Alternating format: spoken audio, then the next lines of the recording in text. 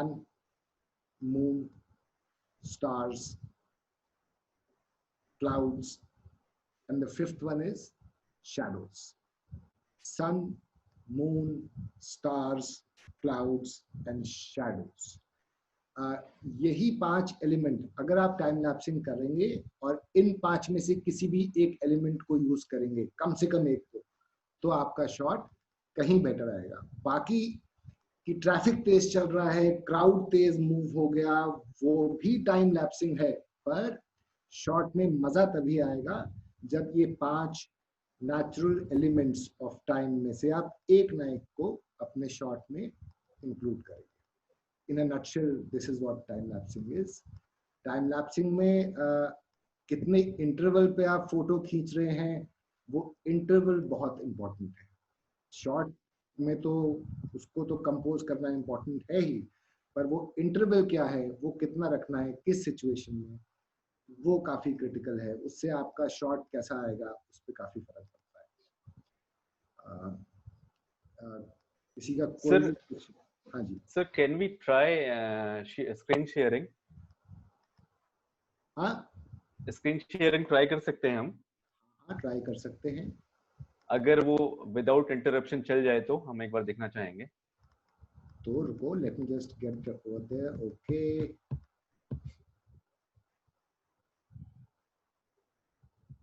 Hang on a second.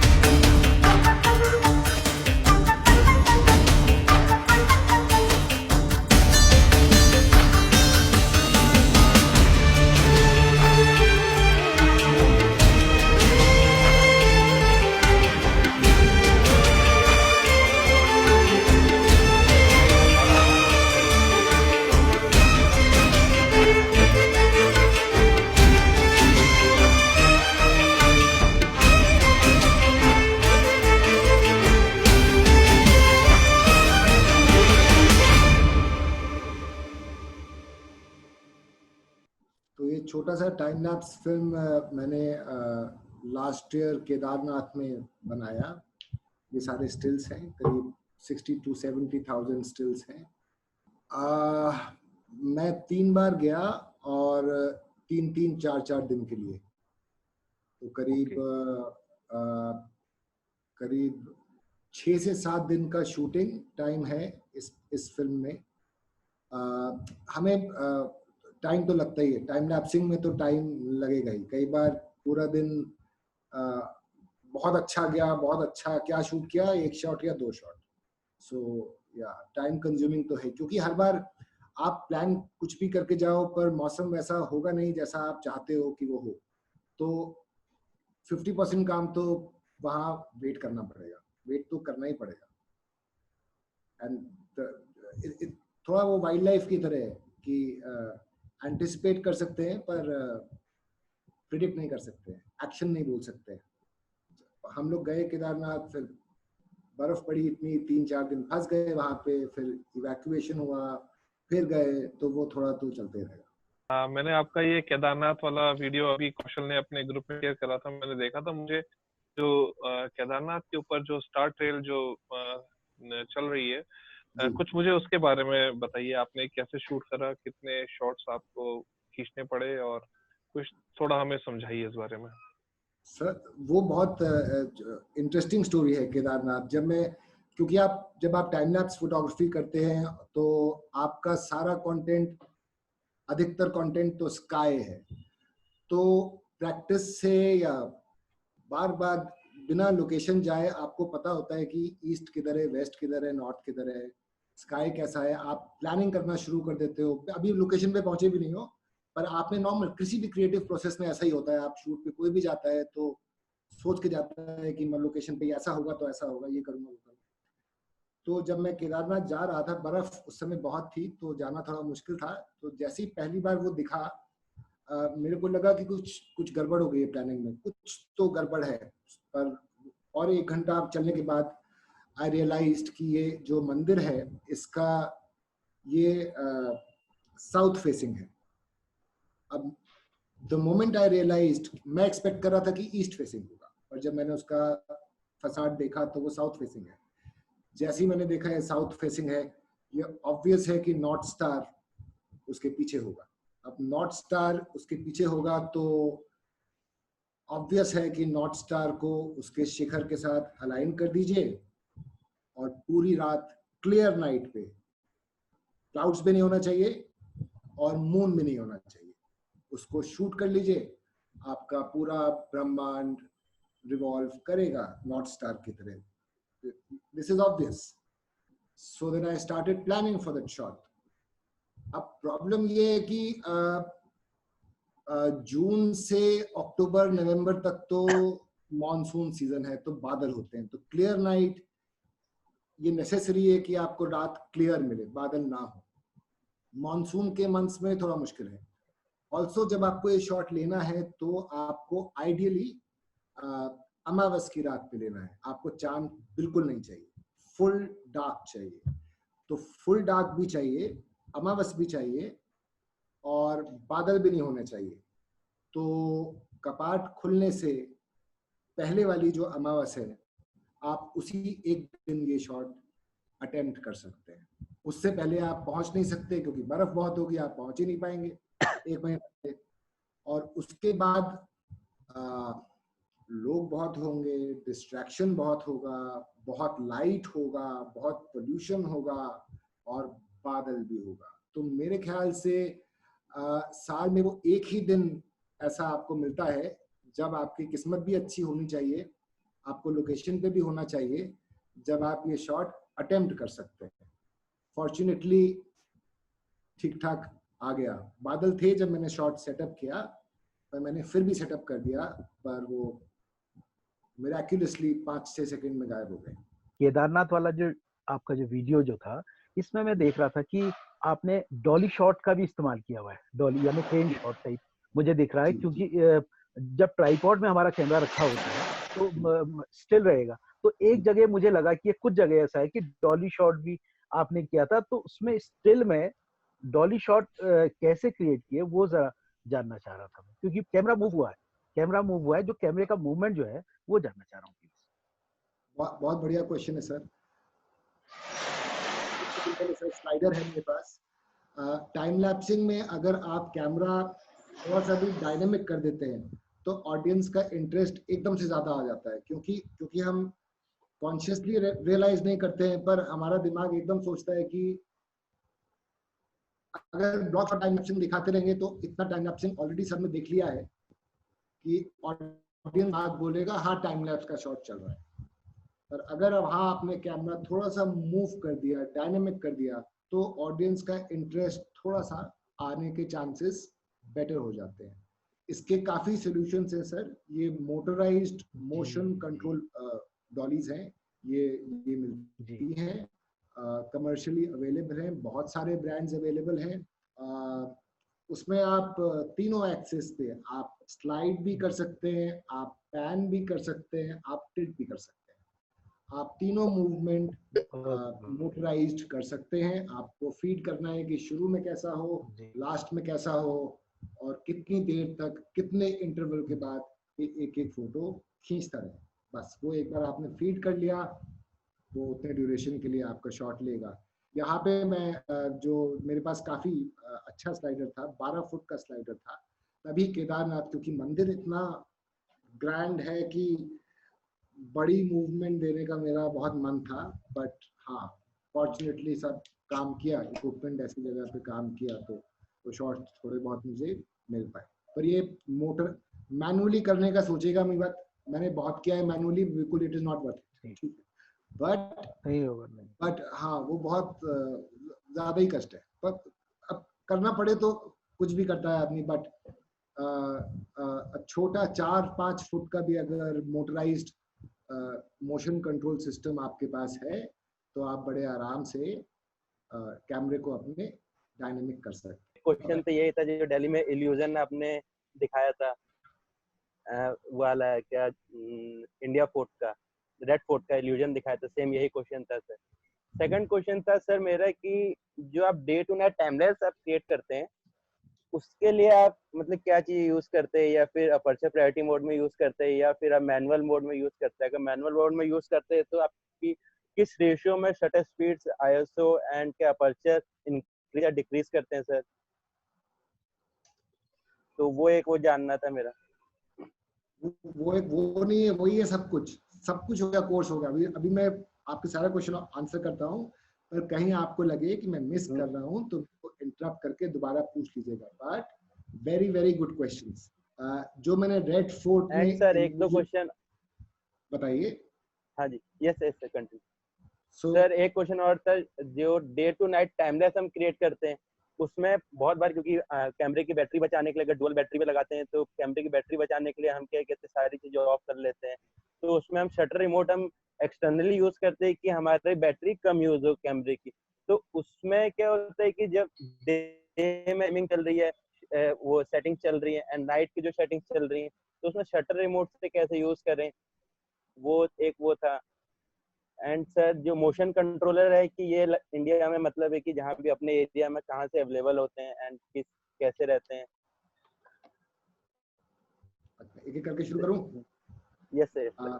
भूल जाऊंगा तो रोक देना मेरे को। हाँ यस श्योर। तो जो रेड फोर्ट में इल्यूजन था, जहां रेड फोर्ट पीछे से राइज कर रहा है अपनी दीवार के, सेम इफेक्ट केदारनाथ वाली फिल्म में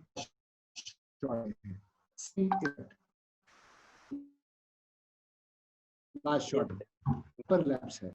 हाइपरलैप्स होता है, हाइपरलैप्स भी टाइम लैप्स ही होता है, पर हाइपरलैप्स तब कहते हैं जब हमारा मूवमेंट का रेंज किसी भी स्लाइडर से ज्यादा होता है। स्लाइडर कितना बड़ा यूज कर लोगे? 4 फुट, 6 फुट, 8 फुट, 10 फुट, उसके बड़ा स्लाइडर नहीं आता है।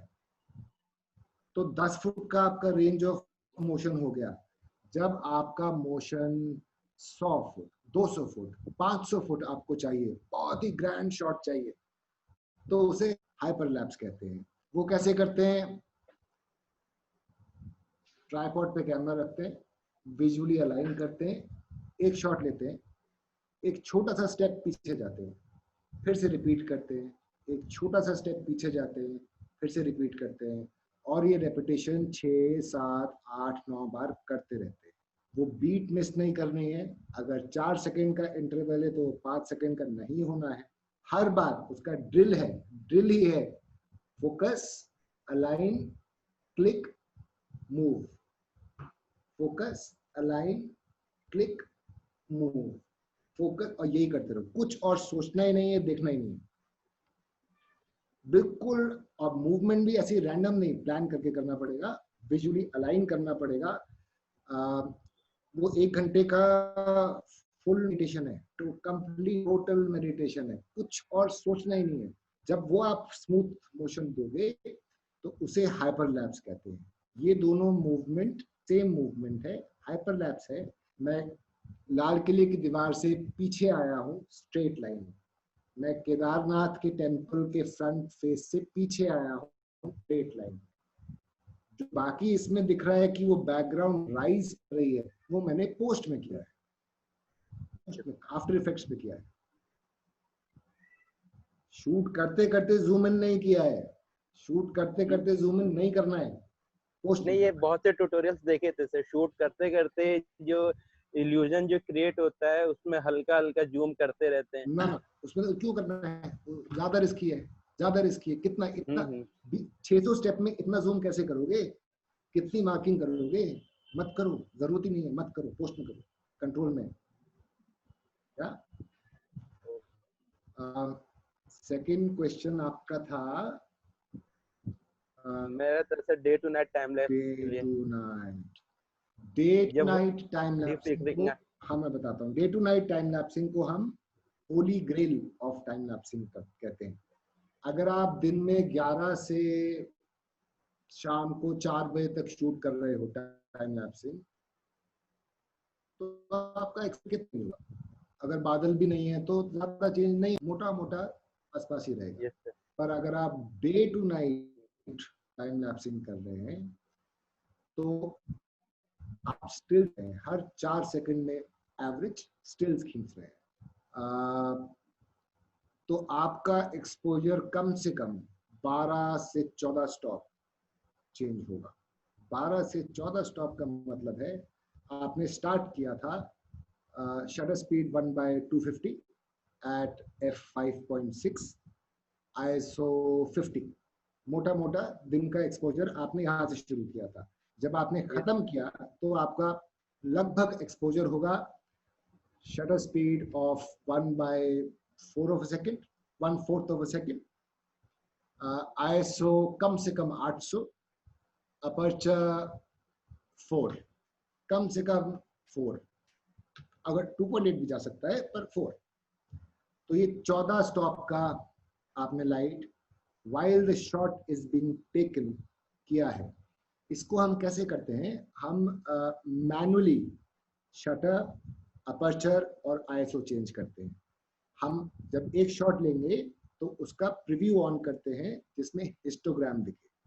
प्लीज रिमेंबर, अगर आप टाइम लैप्स फोटोग्राफी कर रहे हो तो आपका सबसे अच्छा दोस्त कैमरा में हिस्टोग्राम है, पीरियड। उससे अच्छा कोई दोस्त नहीं है। हम कंटिन्यूअसली हॉक आई से हिस्टोग्राम को स्टडी करते रहेंगे। हिस्टोग्राम हमें बताता रहेगा कि हमारा एक्सपोजर धीरे धीरे कम हो रहा है। जैसे हमें लगे कि वो थोड़ा ज़्यादा कम हुआ, हमने शटर स्पीड स्लो कर दी या अपर्चर खोल दिया या ISO हाइक कर दिया। और ये प्रोसेस हम 2 से 3 घंटे में कंटिन्यूअस कर, स्पेशली सनसेट से 15 मिनट पहले और सनसेट के आधा घंटा बाद आप हिल ही नहीं सकते हैं। आपको हर शॉट में बहुत माइन्यूटली हिस्टोग्राम स्टडी करके एक्सपोजर चेंज करना पड़ेगा। जितने माइन्यूटली आप शूट करते वक्त अपना एक्सपोजर मेंटेन करेंगे उतना आपको पोस्ट में परेशानी नहीं होगा। ये मत सोचिए कि यहाँ गड़बड़ करूंगा एक्सपोजर पोस्ट में जाके संभालूंगा, ऐसा होने वाला नहीं है। वो पता लग जाता है। बहुत माइन्यूटली आप हिस्टोग्राम स्टडी करेंगे, लिमिट में रखेंगे एक्सपोजर को और वो मेंटेन करेंगे। डे टू नाइट का शॉट टेकिंग ही है। उसके बाद इफेक्टिवली होगा क्या कि पहले 100 फ्रेम्स में आपका कोई एक्सपोजर चेंज नहीं होगा। बिटवीन 100 एंड 101 आपका एक्सपोजर चेंज होगा, तो वो झटका आएगा। ये झटका 14 बार आएगा। इन सब को आप पोस्ट प्रोसेसिंग में 2 सॉफ्टवेयर्स के साथ, लाइटरूम और LR टाइम लैप्स के साथ इक्वलाइज करेंगे। जितने झटके आए हैं वो आप इक्वलाइज करेंगे ताकि जैसे जैसे लाइट कम हो रही है वो आपका ग्राफ एकदम स्मूथ आ जाए। अगर आपने हिस्टोग्राम ठीक से ध्यान रखा है तो आपका ग्राफ एकदम स्मूथ आएगा। ये पता नहीं लगेगा कि आपने एक्सपोजर कहाँ चेंज किया था। ये एक और रीजन है कि क्यों होली ग्रेल हम वीडियो पे नहीं कर सकते। वीडियो पे होगा ही नहीं, कैसे होगा?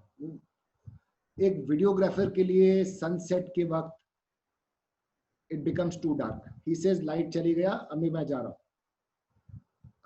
हम फोटोग्राफर्स हैं, फोटोग्राफर के लिए it's never too dark, it's never too dark. या डे टू नाइट थोड़ा क्लियर हुआ?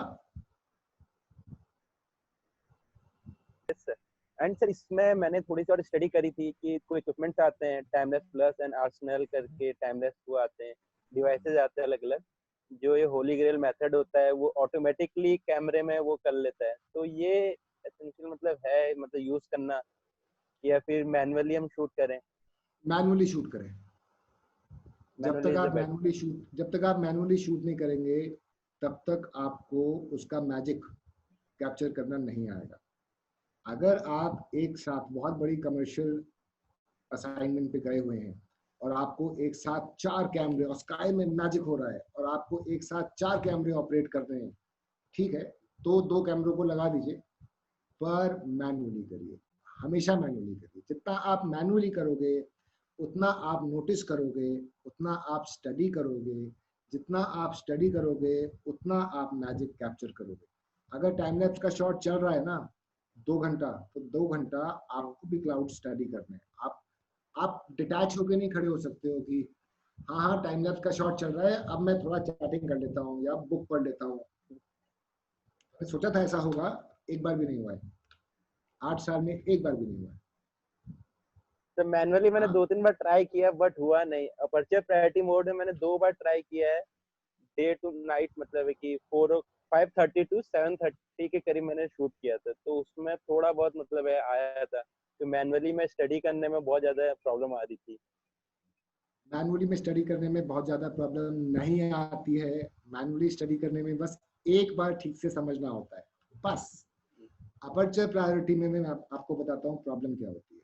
अपर्चर प्रायोरिटी में आप कैमरे को बोल रहे हो कि अपर्चर मैंने सेट कर दिया है, शटर स्पीड अपने हिसाब से कर लेना, ठीक है। अब आप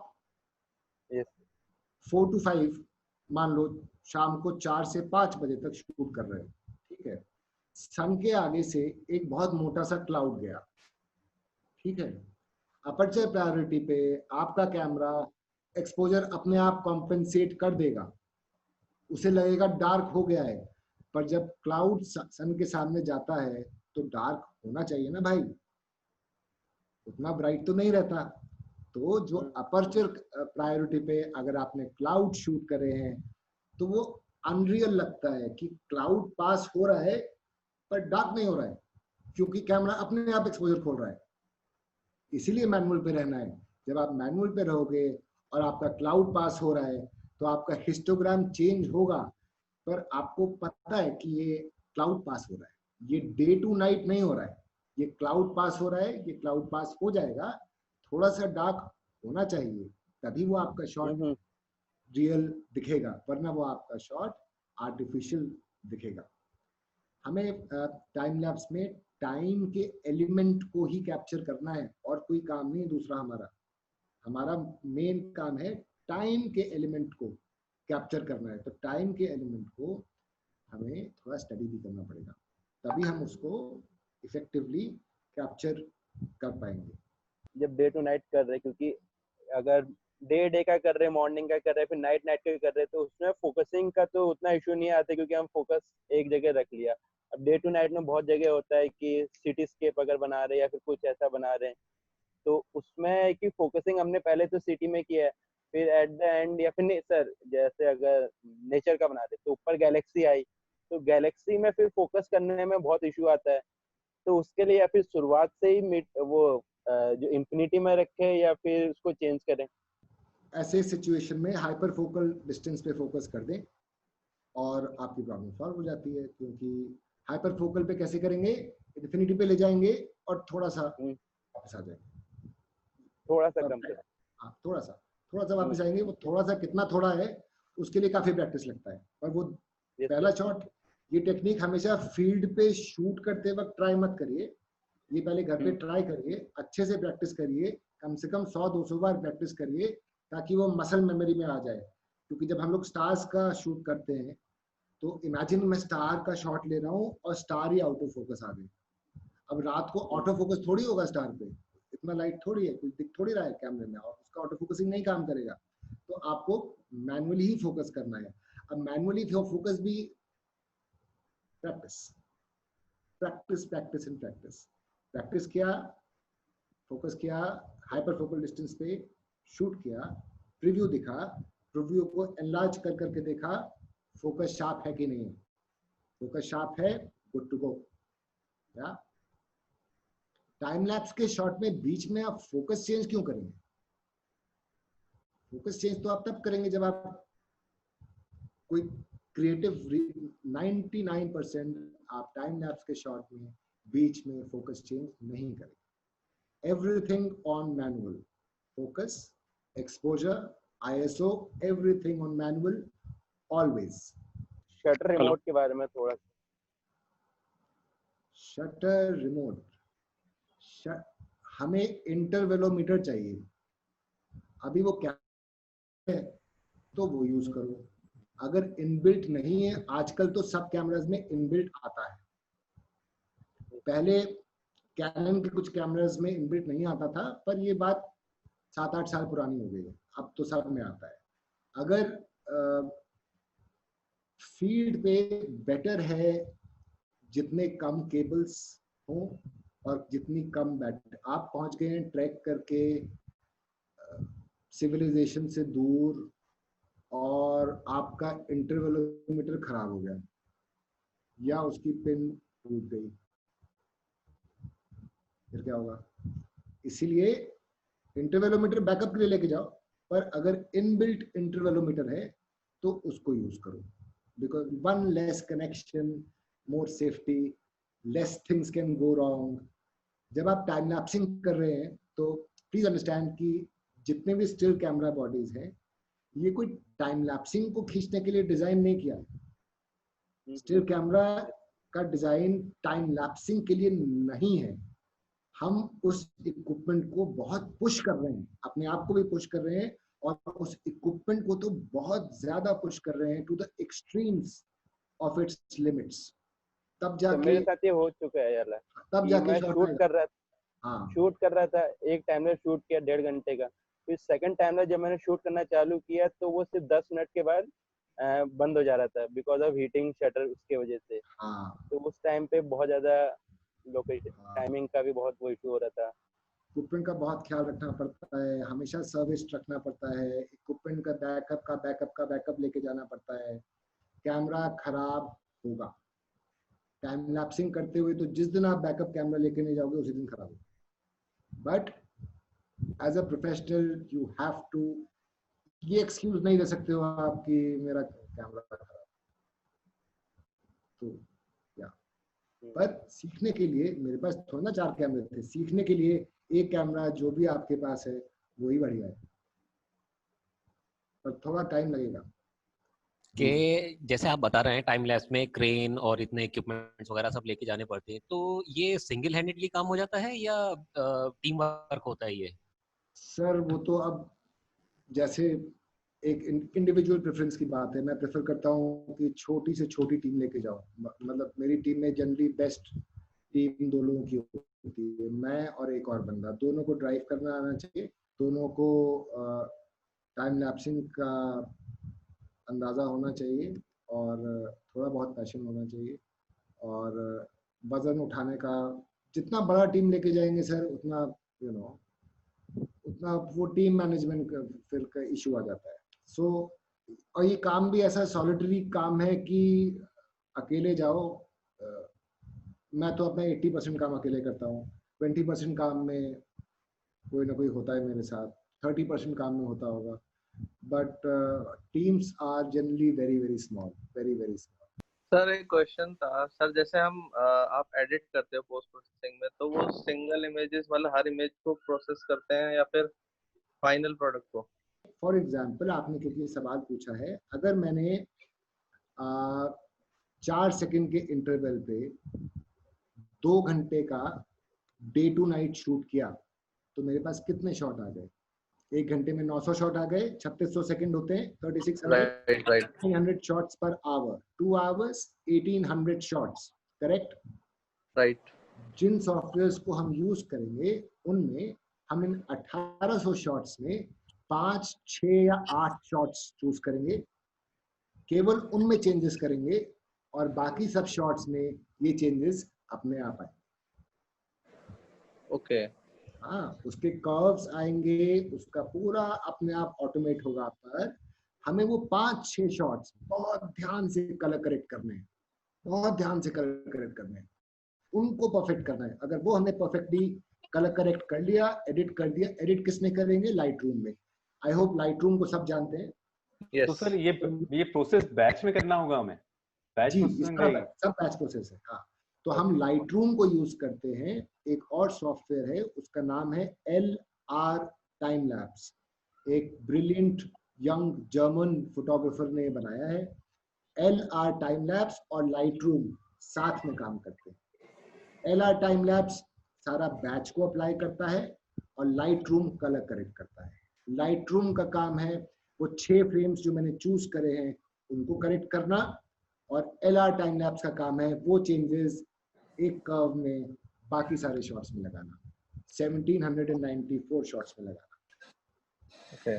ये सब कलर करेक्ट होने के बाद फिर आप JPEGs निकालोगे। जो आपने रॉ खींचा था, आप उनको कलर करेक्ट करोगे और 1800 JPEGs क्रिएट करोगे। जब आपने JPEGs क्रिएट कर ली, उसके बाद आप उसको वीडियो बनाओ, किसी भी स्पीड से चलाओ, वेब के लिए लगाओ या सिनेमा के लिए डालो या 4K के लिए डालो या 6K के लिए डालो, कुछ भी डालो। जो ये स्टैंडर्ड है ना, 24 फ्रेम पे हमें बोलते हैं कि टाइम लैप्स शूट करना चाहिए।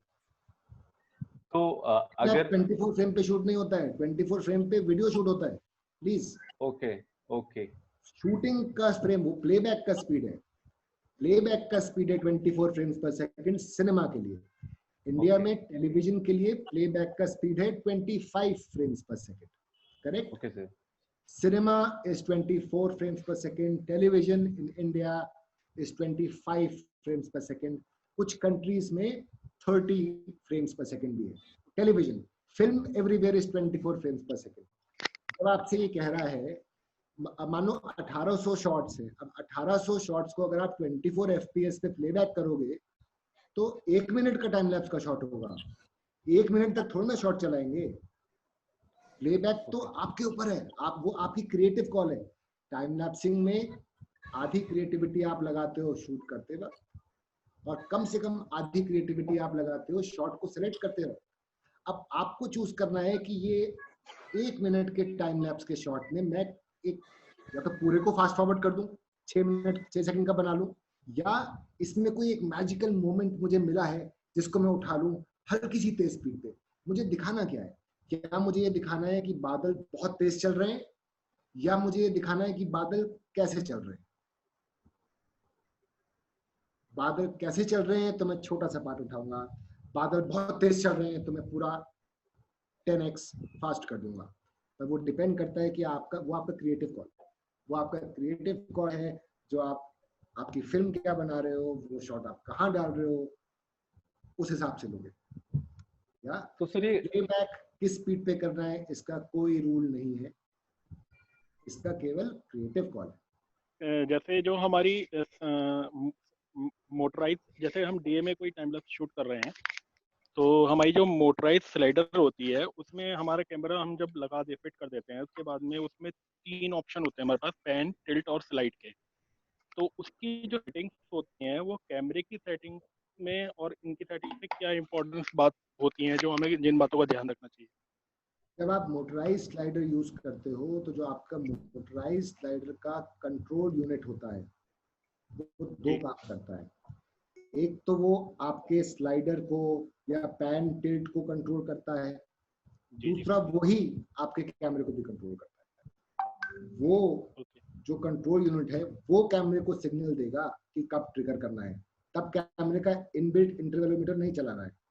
कोई भी मोशन कंट्रोल सिस्टम अगर आप मोटराइज लेते हो तो उसका कंट्रोल यूनिट कैमरे को भी कंट्रोल करता है, एक्सपोजर के लिए नहीं, ट्रिगर कब करना है, इंटरवल के लिए। एक्सपोजर कैमरा में सेट होगा, पर वो सिग्नल कब जाएगा ट्रिगर का, वो कंट्रोल से जाएगा जो आपको।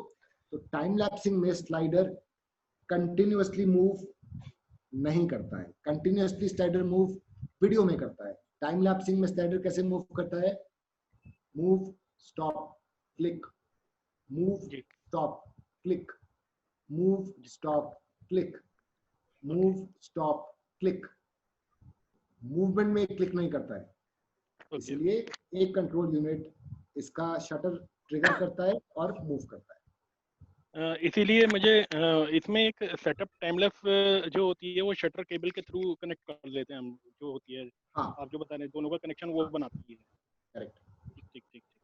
तो सर जब हम 25 से अगर हम ज्यादा फ्रेम रेट पे जाते तो फ्लिकर करेगा क्या टाइम लैप्स? क्यों करेगा, क्यों करेगा, क्यों करेगा? बिल्कुल नहीं करेगा, बिल्कुल नहीं करेगा।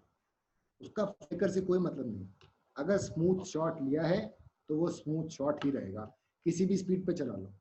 सर हम कुछ वीडियो देख सकते हैं क्या, नेक्स्ट वीडियो हाँ, आपका प्रेयर वाला? मैं प्रेयर फ्लैग्स खासकर दिखाना चाह रहा हूँ, क्योंकि उसमें प्लीज उसको ध्यान से देखिएगा, क्योंकि उसमें कंफ्यूज करने के लिए दिमाग को कुछ अलग टेक्निक भी यूज की है। मोशन कंट्रोल भी है कई जगह पे, पर कुछ और भी यूज किया है। इट वुड बी लवली अगर हम उसको नोटिस करके उस पर थोड़ा डिस्कशन कर पाए। ये नॉर्थ ईस्ट की फिल्म है जो मैंने 2 महीना ट्रैवल करके शूट किया। इसमें करीब 12 टीबी रॉ डेटा है, करीब 12 टीबी रॉ डेटा है, और उसका बैकअप तो 6 हार्ड ड्राइव्स रॉ डेटा, उसका बैकअप 6 हार्ड ड्राइव, और उसका एक और बैकअप 6 हार्ड ड्राइव्स। 2 टीबी की 18 हार्ड ड्राइव्स हैं जिसमें ये डेटा है, और टोटल फिल्म की ड्यूरेशन है 7 मिनट। सो जब हम टाइम लैप्सिंग करते हैं तो डेटा का क्वांटम कहीं और चला जाता है, तो वो अपने आप में एक चैलेंज है। But please take a look at this film.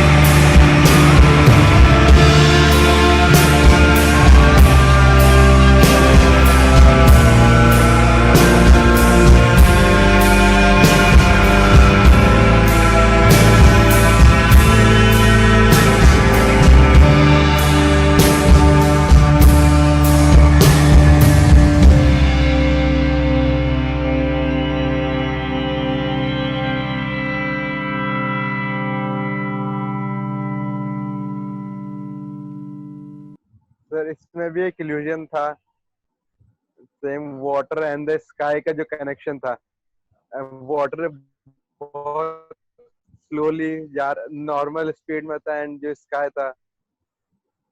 अच्छा ठीक है, इल्यूजन था। ये इल्यूजन किसी ने पकड़ा, कितनी बार था? तो मैंने तो जब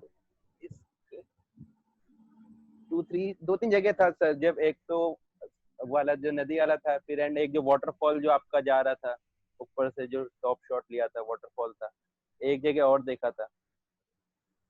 11 बार है इसमें, 11 बार है। और ये सिर्फ इसलिए है कि पकड़ में ना आए इतना। तो ये मास्किंग है। आधा फ्रेम आपका टाइम लैप्स में चल रहा है। जब मैंने आपको एक फिल्म दिखानी शुरू करी, पहला शॉट दिखाया टाइम लैप्सिंग का, दूसरा शॉट दिखाया टाइम लैप्सिंग का, तीसरा भी दिखाया ब्लॉक शॉट।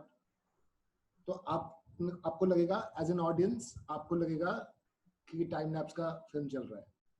चौथे शॉट में मैंने कैमरा हल्का सा मूव करना शुरू कर दिया, आपको लगेगा कुछ नया हुआ,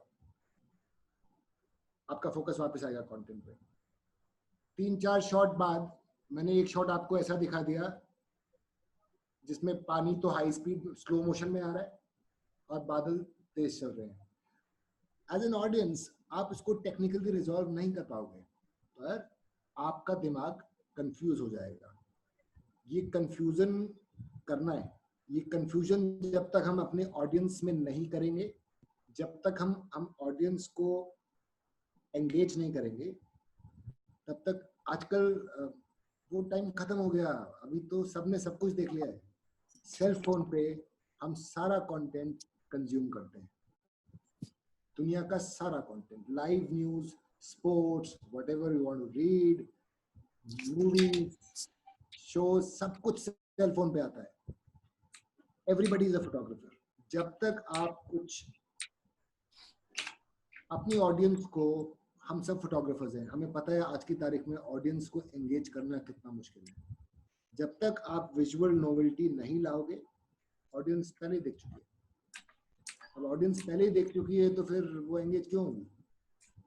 तो इसलिए जब हम, इसलिए टाइम लैप्सिंग में भी, कहने को सिर्फ टाइम लैप्सिंग है, पर इसमें भी आप बहुत इनोवेट कर सकते हो, बहुत टेक्निकली नए नई चीजें कर सकते हो, ताकि आपकी ऑडियंस इससे बोर ना हो और आप आपके कंटेंट के साथ एंगेज रहे। बाय द वे, मास्किंग वाला शॉट ऐसे शूट किया था कि पहले 30 seconds high speed video roll कर लिया, कैमरा हिलाया नहीं, ट्राइपॉड पे कैमरा है, बिल्कुल भी नहीं हिलाया, और उसके बाद आधा घंटा टाइम लैप्सिंग कर लिया। अब मेरे पास उसी पोजीशन से वीडियो भी है स्लो मोशन, और उसी पोजीशन से टाइम लैप्स भी है। बाकी काम पोस्ट पे, किसी भी सॉफ्टवेयर में, एडिटिंग सॉफ्टवेयर में, आधा पोर्शन मैंने बादल का उठा लिया अलग और वाटरफॉल का अलग, तो वो लगेगा कि ये हाई स्पीड और वो टाइम लैप्स। ऐसा जहां फ्लैग्स हैं टाइम लैप्सिंग में, खासकर कुछ ऐसे सब्जेक्ट्स हैं जो टाइम लैप्सिंग में अच्छे नहीं लगते हैं, वो आंख को भटका देते हैं। जैसे पानी एकदम नर्वस हो जाता है, जैसे पेड़, trees become very nervous, they start shivering. आप टाइम लैप्स का शॉट ले रहे हो पूरी रात जग के कि आसमान कितना सुंदर है, और जब आप ऑडियंस को वो शॉट दिखा रहे हो तो वो तो पेड़ देख रही है, वो पेड़ इसलिए देख रही है क्योंकि वो हिल रहा है, वो नर्वस हो रखा है। जो आपने दिखाने के लिए शूट किया था वो ऑडियंस नहीं देख रही है। सो जहां पानी, पेड़, प्रेयर फ्लैग्स या इस तरह का मोशन वाला कुछ सब्जेक्ट आ जाए, तो मास्किंग के बारे में हमेशा एक ऑप्शन ओपन रखना चाहिए। Also there are two things which as a time lapser that you cannot run out of. मतलब आपके पास वो दो चीजें ऐसी हैं जो खत्म नहीं हो सकती। एक है मेमोरी कार्ड्स और दूसरा है बैटरी। कितनी बैटरी लेके जानी है, जितना आपको लगता है लेके जानी है उसका कम से कम 3 गुना। कितना मेमोरी कार्ड्स लेके जाना है, जितना आपको लगता है लेके जाने चाहिए उससे कम से कम 3 गुना। You cannot run out of your battery or memory cards. Time lapsing करने आप रिमोट लोकेशंस पे जाओगे, जहां पहुंचने में आपको 4 दिन लग जाएंगे, और वहां पे अगर 6 घंटे की शूटिंग में आपका बैटरी और मेमोरी कार्ड खत्म हो रहा है, तो कैसे होगा? तो प्रॉब्लम है। एक शॉट आप जो लेके आओगे वो अच्छा शॉट होगा भी नहीं। वो तो आप 10 शॉट जब जाके लोगे तो उसमें से 4 शॉट अच्छे आएंगे, वो भी अगर आप लकी हुए तो, पर 10 शॉट आपको लेने पड़ेंगे। ये time lapsing hardcore non fiction है, फिक्शन नहीं है। फिक्शन नहीं है, आपको बैठना ही पड़ेगा। You will have to fall in love with the weather and the environment. आपको मजा ही आना पड़ेगा उसमें। अब मजा नहीं आएगा तो नहीं कर पाओगे। अगर अगर थोड़ा बर्फ आ गया, ठंडा हो गया, थोड़ा ये सब में प्रॉब्लम है तो फिर मुश्किल है। तो सर इन दोनों में क्या लिमिटेशंस हैं, टाइम लैप्स फोटोग्राफी में और टाइम लैप्स वीडियो में? बहुत सारी लिमिटेशंस हैं टाइम। देखो, अगर कुछ कर ही नहीं सकते हो, अगर डीएसएलआर नहीं है या कैमरा नहीं है, तो फोन से टाइम लैप्सिंग करो अपने सेल्फ। अगर कुछ अपने लिए मूवी बना रहे हो, दोस्तों के लिए काम कर रहे हो आप, या जहां बजट नहीं है, तो फोन से by all means time lapse करके डालो। प्रोडक्शन वैल्यू तो ऐड होती ही होती है, पर फोन से या मूवी कैमरे से वर्सेस स्टिल में फॉलोइंग आर द डिफरेंसेस। पहला डिफरेंस होता है रेजोल्यूशन का। अगर आप स्टिल्स खींच रहे हो, अगर आप मूवीज खींच रहे हो तो कितना रेजोल्यूशन पे खींच रहे हो? HD 4K। पर अगर आप नॉर्मल DSLR से भी खींच रहे हो तो आपके पास 24 मेगापिक्सल के आसपास तो होगा ही। 24 मेगापिक्सल मतलब 6K। तो रेजोल्यूशन आपकी, जो आप वीडियो प्लेबैक कर रहे हो 25 फ्रेम पर सेकंड, टाइम लैप्सिंग जो आप स्टिल से कर रहे हो, आपका एक एक फ्रेम करीब 25-25 MB का है।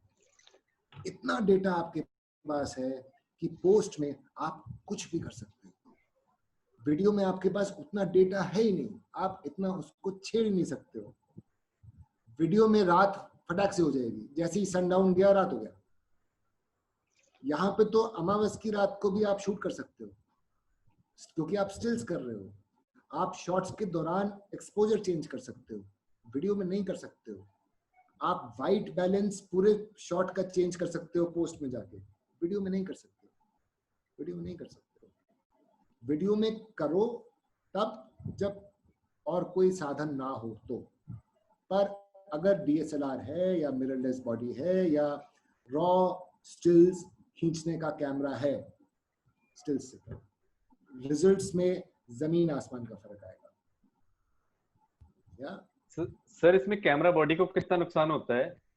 जैसे हमारा सेंसर एक्सपोज है कितने लंबे टाइम के लिए, और हमारी एक सर्टेन लाइफ होती है शटर की। कैमरा बॉडी को उतना ही नुकसान होता है जितना कैमरा बॉडी को फोटो खींचने में नुकसान होता है। एक कार को रोड पे चलने में कितना नुकसान होता है, उतना ही नुकसान होता है, और कुछ नहीं होता। मेरे पास हाँ, वो बोलते हैं कि शटर स्पीड है, बोलते हैं कि प्रोफेशनल कैमरा 1.5 लाख तक शटर खींचता है। कुछ फोटोग्राफर्स ने टाइम लैप्सिंग इसलिए भी नहीं करी कि उनको ऐसा डर लगा कि उनका शटर खराब हो जाएगा। मेरे तो कैमराज में 12-15 लाख तो ऐसे ही आराम से जाता है। मेरे को तो कुछ, अभी तक मैंने सिर्फ एक बार अपना शटर चेंज कराया है पिछले 10 सालों में, इतना ही डैमेज हुआ है। बाकी तो मेरे पास निकॉन D300 भी है, टॉप क्लास टाइम लैप्सिंग के लिए कैमरा है, कोई दिक्कत नहीं है। अपना कैमरे का ख्याल तो रखना ही पड़ेगा। कैमरे का सर्विस टाइम पे कराओ, टाइम का इक्विपमेंट का take care of your equipment, and then it works just fine. टू से कि मेरा कैमरे का शटर काउंट खराब हो जाएगा तो फिर मैं टाइम लैप्सिंग नहीं करूंगा, तो भी ठीक है, बट ऐसा होता नहीं। ये गोप्रो से जो टाइम लैप्स लेते हैं तो इसकी क्वालिटी कितनी रहती है? क्योंकि 4K तो गोप्रो में भी है। गोप्रो से जब टाइम लैप्सिंग रखते हैं तो वो आपको रॉ स्टिल्स नहीं देता है। वो अगर कुछ नहीं कर पा रहे हो तो वो अच्छा ऑप्शन है, पर जब आप प्रोफेशनल कैमरा से टाइम लैप्सिंग कर रहे हो तो आपका सेंसर इतना बड़ा है, आप the quality of light that you will capture in a professional camera will always be much much better than what you capture on a GoPro. Also, you have full manual controls. It is a very technical thing for the camera also. एक correct time lapse का shot इसलिए design नहीं किया गया था कैमरे को, पहली बात तो ये, वो तो स्टिल फोटो खींचने के लिए किया गया था, पर वो तो स्टिल फोटो में खींचे जा रहा हूँ, तो you have to be very careful, equipment का तो ध्यान रखना ही पड़ेगा। एंड सर क्या कहते हैं, बहुत बार जो हमारे शूट मतलब जो टाइम लैप्स हम बनाते हैं मतलब किसी से मतलब किसी के होते नहीं, मतलब खुद ही के पर्सनल प्रोजेक्ट्स होते हैं, सिटी का बना रहे हैं, उसमें बहुत सी क्या कहते हैं हिस्टोरिकल प्लेसेस होती हैं एंड के मोन्यूमेंट्स होते हैं, गवर्नमेंट वो होते बिल्डिंग्स होती हैं, उन सब का मतलब है कि वो टाइम लैप्स बहुत अच्छे लगते हैं। तो लेकिन वहाँ जब शूट करने जाते हैं तो वो लोग अलाउ नहीं करते हैं कि नहीं आप या परमिशन लेके आइए या फिर वो करें, तो उस टाइम पे मतलब आप क्या करते हैं जब शुरुआती मतलब कभी होता है पर्सनल जब शूट कर रहे हैं? मैं ये नहीं बताऊंगा क्या करना चाहिए, कंप्लीट करते हैं ये या बताऊंगा कि मैं क्या करता हूँ, वो आप कॉपी नहीं करना है। Yes sir. और कॉपी करोगे तो ये नहीं बोलना है कि कॉपी कर रहे हो। Yes sir. As a photographer मैं एकदम सॉरी बोलने को तैयार रहता हूँ। एज अ फोटोग्राफर अगर मुझे शूट करना है तो मेरे को शूट करना ही करना है, अगर तो नो नहीं होता है, करना ही करना है आपको। जो एक मैंने दिल्ली फिल्म शूट की थी, दिल्ली फिल्म शूट करने के लिए आप पूरे दिल्ली में अगर आप नॉर्थ ब्लॉक साउथ ब्लॉक में शूट करना चाहते हो तो उस वहाँ पे 6 सिक्योरिटी एजेंसीज इन्वॉल्व है, एक नहीं है। दिल्ली पुलिस है, मिनिस्ट्री ऑफ डिफेंस है, सम इंटेलिजेंस है, सम सीआईडी सीबीआई, सब कुछ इन्वॉल्व है, फौज भी है, प्रेसिडेंट्स बॉडी गार्ड भी है, सब कुछ इन्वॉल्व है। मैंने वहां भी शूट किया फ्री ऑफ कॉस्ट। मैंने मेट्रो में आगे बैठ के शूट किया free of cost. As a photographer you have to be persistent. आपको अगर ट्राइपॉड नहीं लेके जाने दे रहा है तो बिना ट्राइपॉड को शूट करना सीखो। कहीं ना कहीं कैमरा ऐसे रखो कि ना हिले, कुछ तो करो। पर जिसके पास आप परमिशन लेने जाओगे लाइफ में जब भी 90% लोग नो ही बोलेंगे। तो फिर हो गया काम। ठीक है, at the end of the day आपको तो शॉट चाहिए ना। बस कोई नहीं पूछता है कैसे, शॉट चाहिए ना। बस इंटेलिजेंटली काम करो, परसिस्टेंट रहो, लोग इवेंचुअली यस बोल देते हैं। So stop motion is also a part of time lapsing? Stop motion is exactly like time lapsing, सिर्फ फर्क ये है कि स्टॉप मोशन में जब आप एक शॉट और दूसरा शॉट रखते हो तो उसके बीच का इंटरवल कांस्टेंट होना जरूरी नहीं है। टाइम लैप्सिंग में ये जरूरी है कि वो कांस्टेंट रहे। ऐसा नहीं कर सकते हैं टाइम लैप्स में कि 3 सेकंड का इंटरवल रखा, आधे घंटे बाद 3 सेकंड से बोर हो गए तो वो 4 सेकंड का कर दिया, फिर बोर हो गए तो वो 2 सेकंड, ऐसा नहीं चलेगा। बस स्टॉप मोशन में आप एक शॉट लिया, फिर आपने अपना एडजस्ट किया प्रॉप को या जो भी आपका स्टोरी है, फिर दूसरा शॉट लिया, मैनुअली एक शॉट लेते गए। उसमें टाइम की लिमिटेशन नहीं है, बीच में लंच ब्रेक भी ले सकते हैं, पर टाइम लैप्सिंग में नहीं ले सकते। ओके सर, टाइम लैप्सिंग में वर्किंग लंच ही करना पड़ेगा। अनुराग जी, जब आपने केदारनाथ टाइम लैप्स शूट कराया था सर, तो मैं ये जानना चाह रहा हूँ कि वाइट बैलेंस जो है रात में क्या मतलब रखते हैं आप, क्या सेटिंग रहती है आपकी? सर डिपेंड करता है मैं स्काई कैसा दिखाना चाह रहा हूँ। तो स्काई थोड़ा सा ब्लू अच्छा लगेगा तो फिर 46 के आसपास 4600 degrees kelvin is a good starting point, और फिर वहां के आसपास एडजस्ट करके अपनी प्रेफरेंस के साथ टाइम लैप्स शूट कर रहे हैं। तो सर जो इनबिल्ट इंटरवल फोटोग्राफी है शायद आप उसी से ही करते हैं। तो मुझे जैसे आपने नॉर्थ ईस्ट के वीडियो जो शूट किया है उसमें कई जगह ऐसा हुआ है जहाँ पे एक्सपोजर चेंज हुआ है। लेट्स से कि आप इवनिंग में दिखा रहे हैं और एकदम से वहाँ पे लाइट जली और एक्सपोजर चेंज हुआ। तो सर अब जब इंटरवल पे आप जा रहे हैं तो हम लोग कैमरा को कुछ कर नहीं सकते उसमें, तो आप कैसे उसका एक्सपोजर चेंज करते हैं? क्यों? इंटरवेलोमीटर क्या कर रहा है? इंटरवेलोमीटर तो केवल कैमरे को ये बोल रहा है कि 4 सेकंड में एक फोटो खींचता रहे, बस। एक्सपोजर या आईएसओ या फोकस या शटर या अपर्चर थोड़ा ना डिसाइड कर रहा है, वो तो कैमरा बॉडी डिसाइड कर रही है। ओके। इंटरवेलोमीटर का काम या इनबिल्ट इंटरवल टाइमर शूटिंग का काम एक ही है कि हर 3 सेकंड में या 1 सेकंड में या जो भी आपका इंटरवल हो, हर 4 सेकंड में एक करंट की पल्स भेजेगा, शटर ट्रिप हो जाएगा, बस। Everything else on the camera manually. Histogram is your best friend. Okay okay sir, एक और चीज मुझे पूछनी थी, जैसे नॉर्थ ईस्ट के वीडियो में एक जगह है, शायद वो अरुणाचल में है, शायद कोई मोनेस्ट्री है, बोमडिला में शायद वो मोनेस्ट्री है, तो आपने उसके थोड़ा सा ऊपर हाइट से शूट किया है, तो वो आपने उस हाइट तक आप कैसे कैमरे को, मतलब उतना ऊपर कैसे ले गए आप उसको? होगा, मैं नहीं गया था, वो रोड होगी।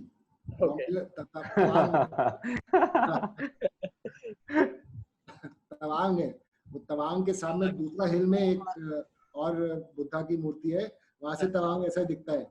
इधर रोड होती है, मैं उधर जाता हूँ। जैसे वो मोनेस्ट्री का शॉट था, जहाँ पे मोनेस्ट्री आप पीछे एकदम बैकड्रॉप में माउंटेन्स है और मोनेस्ट्री के ऊपर से आपने शॉट लिया है, तो वो शॉट आपने मतलब इतनी हाइट से कैसे हुआ? वो गाड़ी से गया हूँ, रोड होगा, वो टॉप एंगल दिख रहा होगा, नीचे मोनेस्ट्री है। ओके। हाँ, और कुछ नहीं, नथिंग ड्रामेटिक, कुछ ड्रामेटिक नहीं है वहाँ पे। खुद ड्राइव करके गया हूँ, सोचा होगा थोड़ा टाइम, जब टाइम लैप्सिंग करेंगे ना तो थोड़ा नहीं, कई बार काफी टाइम देना पड़ता है लोकेशन पे पहुंच के। ऐसा जल्दबाजी नहीं करना चाहिए कि अब मैं पहुंच गया, अब मैं फटाफट अपना शॉट लगाता हूँ ना। टाइम लो, टाइम के एलिमेंट को पकड़ना है, जल्दबाजी में तो होगा ही नहीं। और ऑब्जर्व करेंगे थोड़ी देर तो बेटर होगा। अभी भी मैं ये काम प्रोफेशनली कर रहा हूँ 8 सालों से, पर 90% जब मैं अपना शॉट शुरू कर देता हूँ तो 15 मिनट के अंदर मुझे पता लग जाता है कि मैंने गड़बड़ करी है। अभी भी ये हाल है, 15 मिनट के अंदर मुझे लगता है अरे नहीं, इसको तो ऐसे नहीं, ये करना था। बट वो उस तरह की लर्निंग प्रोसेस कंटिन्यूसली चलेगी, पर जल्दबाजी बिल्कुल नहीं करना है, क्योंकि हम नेचुरली टाइम के एलिमेंट को नहीं देखते हैं। हम नेचुरली दुनिया को वीडियो देखते हैं, हम नेचुरली दुनिया में स्टिल्स भी नहीं देखते हैं। हमारी आंखें तो वीडियो कैमरा है, हम तो वीडियो देखते हैं। स्टिल फोटोग्राफर उसमें कंसीव करता है कि हाँ इस समय शैडो, ये वो, लाइट वाइट ये देना है, इमोशन करना है, उसमें वो करता है। टाइम लैप्स वाला भी वही करता है। We have to come up with ideas। ऐसा नहीं कि जो दिख रहा है वही शूट कर दिया। रियल टाइम का कोई रियल टाइम नहीं करना है। अगर आप शूट करने जा रहे हो, उससे एक दिन पहले जाके रेकी करना मस्ट है। बिना रेकी के शूट नहीं होता है, रेकी करना ही पड़ेगा। और रेकी भी उसी टाइम पे, उसी वक्त जिस दिन आप शूट करना चाह रहे हो। और लंबा रेकी करो, अच्छे से देखो, घूमो, ताकि जब आप शूट पे जाओ तो आपके पास ऑलरेडी 1 नहीं 2 नहीं 3 आइडिया हो। और अगर कुछ सिचुएशन चेंज होती है तो आप plan A, plan B, plan C, something will work hopefully. Sir इसमें जो नॉर्थ ईस्ट वाली मूवी है, इसमें कहीं पे भी शायद ड्रोन यूज नहीं हुआ है, आई गेस कोई ड्रोन यूज नहीं है इसमें। ड्रोन इसलिए यूज नहीं हुआ है क्योंकि आजकल इतना ज्यादा ड्रोन हर जगह हो रहा है कि मैं बोर हो गया हूँ। और 90% ड्रोन जो दिखता है हमें, वो शॉट नहीं ले रहा है, वो ड्रोन उड़ा रहा है, क्योंकि ऊपर से तो सब अच्छा दिखता है, तो मतलब इसलिए मैंने नहीं किया है। कभी जैसे हाइपरलेस आपको लेना हो, और जैसे केदारनाथ के उसमें भी था कि आप शायद उसमें बैठे हुए थे और एकदम से आप खड़े होने के बाद आप वो हाइपरलेस आए, तो जो हाइट मेंटेन हुई है, तो सर वो मतलब किसी गिम्बल या किसी पे रख के आपने शूट किया है या हैंडहेल्ड आपने किया है, ट्राइपॉड से किया? ट्राइपॉड, और अगर ट्राइपॉड अलाउ नहीं कर रहा है तो handheld. Take deep breaths, click, move, click, move, ये करते रहो जब तक कर सकते हो। प्रैक्टिस करना पड़ेगा, थोड़ा टफ होता है, शोल्डर्स वोल्डर्स एकदम सोर हो जाते हैं, एल्बोज, उसके बाद कैमरा नहीं उठता है। थोड़ा क्योंकि आप इंटरवल चेंज नहीं कर सकते हो। आप ये नहीं कर सकते हो कि आपने 50 फ्रेम तो खींच लिए 4 सेकंड में एक, अब मैं 1 मिनट का रेस्ट ले लेता हूँ थोड़ा ना, उसके बाद फिर करूँगा। वो 1 मिनट में बादल कहाँ से कहाँ जाएगा? 1 मिनट में बादल कहाँ से कहाँ जाएगा? पूरा शॉट खराब हो जाएगा। सर हम टाइम लैप्स की वीडियो में तो कोई भी चीज चेंज नहीं कर सकते, लाइक यू सेड कि हम लोग ना उसमें कुछ शटर चेंज कर सकते हैं या कुछ भी नहीं चेंज कर सकते उसमें, तो मेरे ख्याल से ये जो स्टिल है it's a better option to you know have the glimpse of sunset to sunrise or day to night and everything. Always and every time. It is a much better. Also, if you want to sell your footage, stills, no, they not pay you much. Video का ज्यादा कोई नहीं पे करेगा। Stills में अगर है, sorry. Sir जैसे यूजुअली लाइक किसी के पास दो अलग अलग कंपनी की बॉडीज है, लाइक सोनी है निकॉन है, तो अगर मैं दोनों से शूट करना चाहता हूँ तो क्या पोस्ट प्रोसेसिंग में मुझे कुछ इशू आएगा कि उसका रॉ इमेज अलग है, इसका रॉ इमेज अलग है, ऐसा तो कुछ शायद नहीं हो? कुछ नहीं होता ऐसा। अगर दोनों में आपने रॉ खींचा है, दोनों के वाइट बैलेंस आपने पोस्ट में करने हैं, दोनों आपने लाइट रूम में पढ़नी है, दोनों के आपने कलर करेक्ट करके जेपेक्स बना देने हैं, क्या फर्क है? रॉ डेटा है, रॉ इमेज नहीं है। रॉ डेटा है, उसको डेटा करके रखो। रॉ इमेज नहीं होता है, इमेज जेपेग है, पर रॉ डेटा है। सो वो data most of the sensors are excellent, इतना फर्क पड़ता ही नहीं है। तो आप जो सर मोटराइज्ड हाइपरलैप्स के लिए यूज करने के लिए बोल रहे थे, तो जो मोटराइज्ड गिम्बल्स या जो भी है जो हाइपरलैप्स के लिए यूज होता है, तो ये सर जिनी टाइप का कोई प्रोडक्ट है, सिरप या जिनी जो होते हैं? मोटराइज्ड सिस्टम्स हाइपरलैप्स के लिए नहीं यूज कर रहे हैं। मोटराइज्ड सिस्टम मोशन कंट्रोल के लिए यूज कर सकते हैं। जिनी को हाइपरलैप्स की तरह यूज कर सकते हैं, पर प्रॉब्लम ये है कि वो एक स्ट्रिंग पे चलता है। अब आउटडोर हिमालयाज में या मॉनसून्स में या ऐसी जगह में तो जरा सा भी हवा आएगा तो फिर बहुत प्रॉब्लम हो जाएगा। तो वो स्टूडियो के अंदर तो ठीक है, पर फील्ड में हाई ऑल्टीट्यूड पे तो मौसम और टाइम लैप्स का मतलब है कि अगर आपका 2 घंटे का शॉट है तो आपका कैमरा हिलना नहीं है। It has to be rock solid, it can not move, full stop. अगर कितना भी अच्छे से सेटअप किया, दुनिया का सबसे अच्छा कैमरा लगाया, सबसे अच्छा लेंस लगाया, सब कुछ किया, थोड़ा सा हवा आया और गिर गया, तो उसको तो बहुत खास ध्यान रखना पड़ता है। आप यहाँ हो, अभी कितनी हवा चल रही है और 1 घंटे बाद कितनी चल सकती है, तो जितनी चल सकती है उसकी दुगना मान के चलो कि चलेगी, तब तो होगा, वरना कैसे होगा।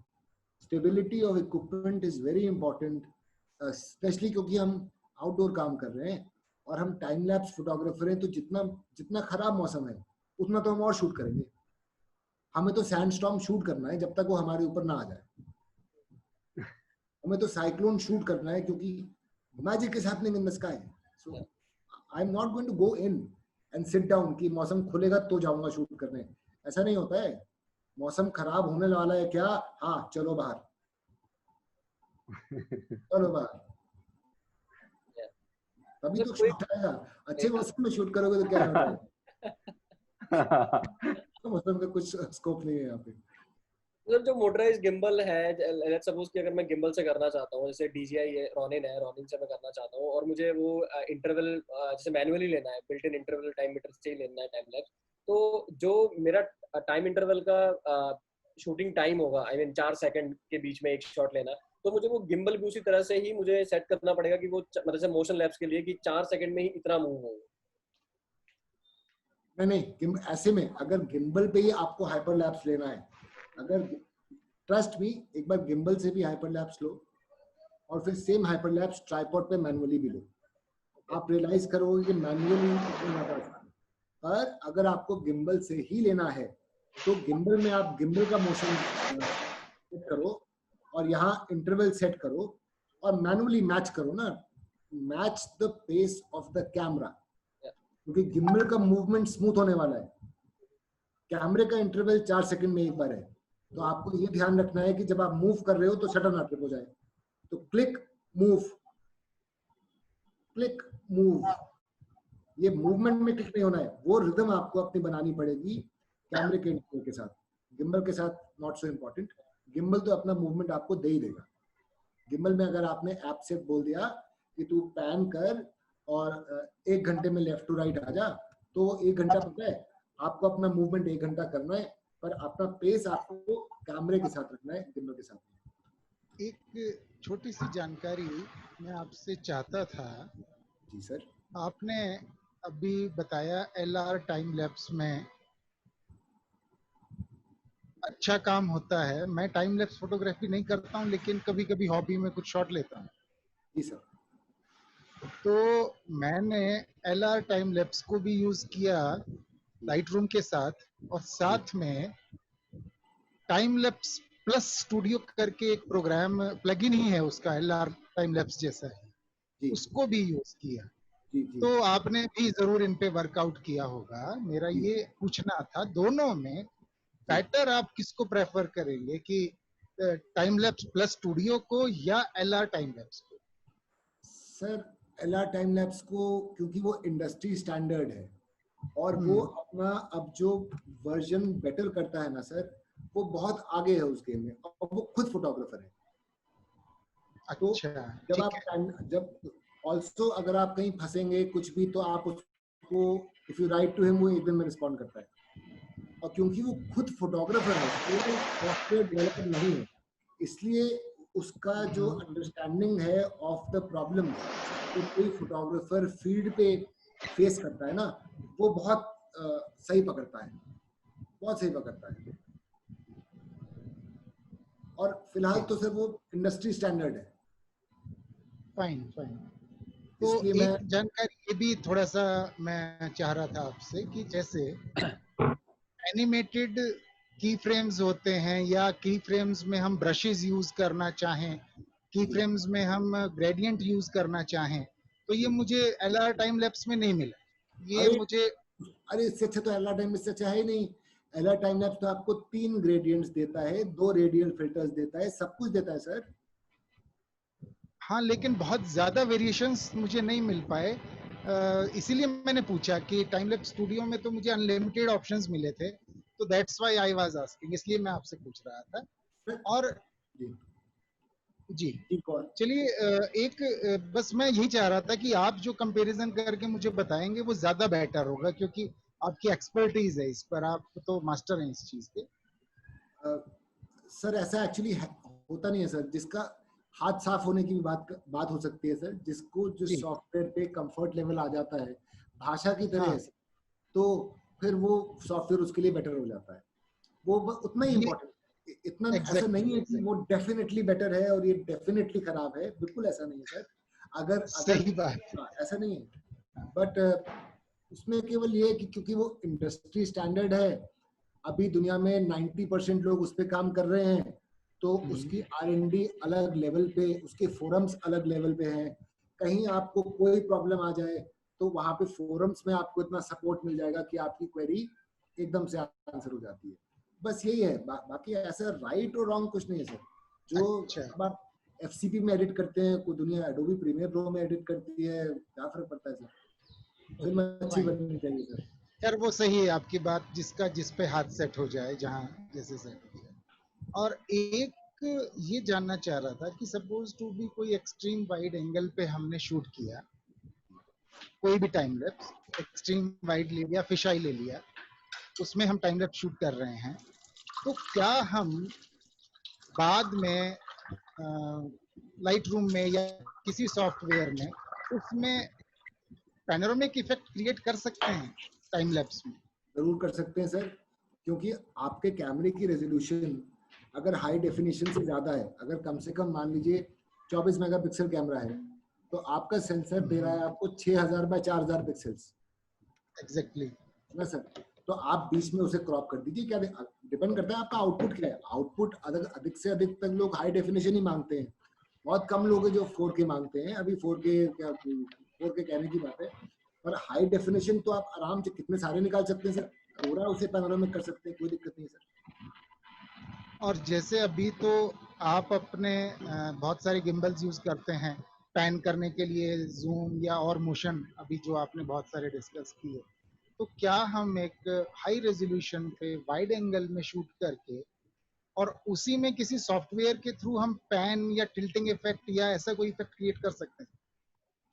100%, 100% पैन और टिल्ट आप पोस्ट में कर सकते हैं, स्लाइड नहीं कर सकते, पैरालैक्स नहीं ला सकते, पर पैन और टिल्ट में तो पैरालैक्स नहीं होता है, नहीं होता। सही तो सही पैन और टिल्ट आप पोस्ट में कर सकते हैं, कोई दिक्कत नहीं सर, स्लाइड वो इजी पॉसिबल है। सर ये जब लाइट फ्रीक्वेंटली चेंज होती है तब क्या करना होगा, जैसे मैनुअल में बना रहे हैं? लाइट फ्रीक्वेंटली चेंज होती है किस समय, दिन के वक्त कि डे टू नाइट में? अगर हम जैसे सुबह के टाइम पे बनाते हैं जाड़ों में, तो अंधेरे से सीधे उजाला होता है।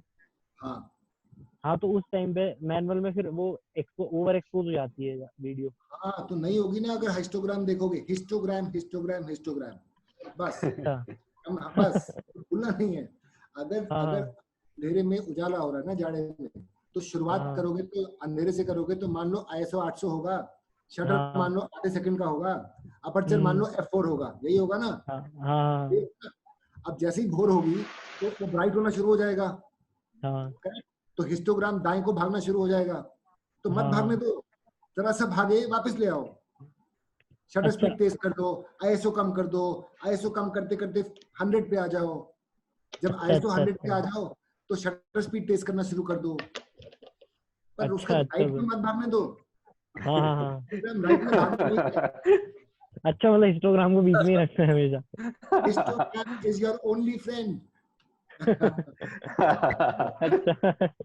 अच्छा सर।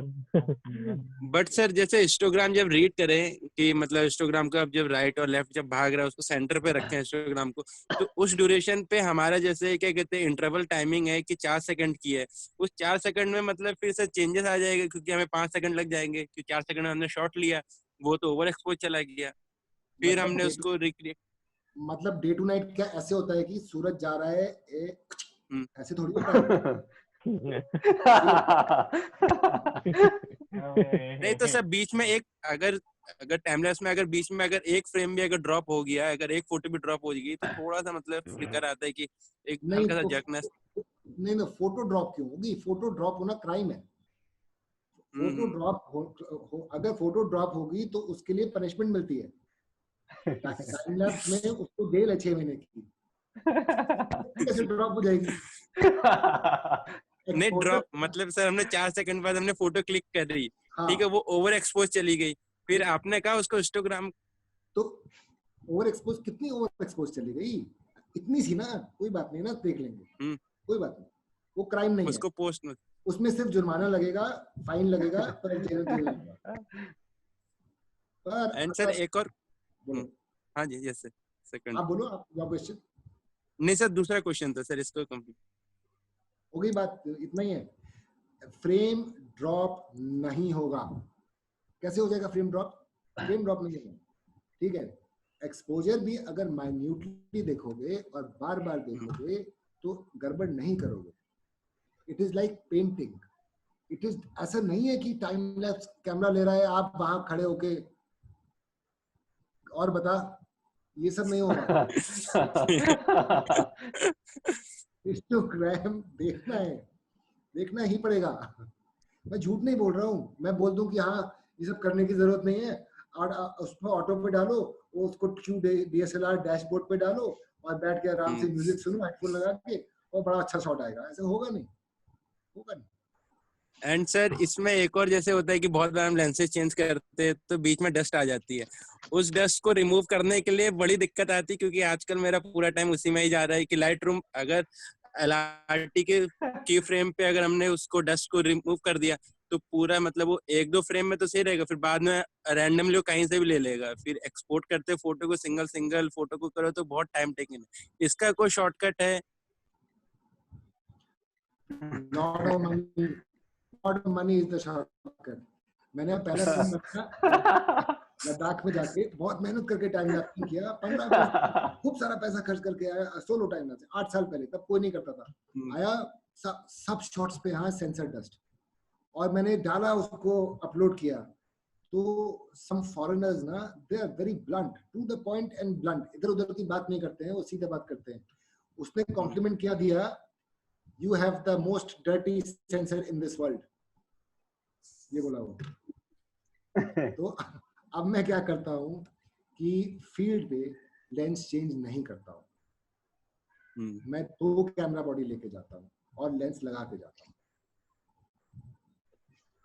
मेरा स्टॉक लेंस है 14-24, वो मेरा स्टॉक लेंस है, ठीक है।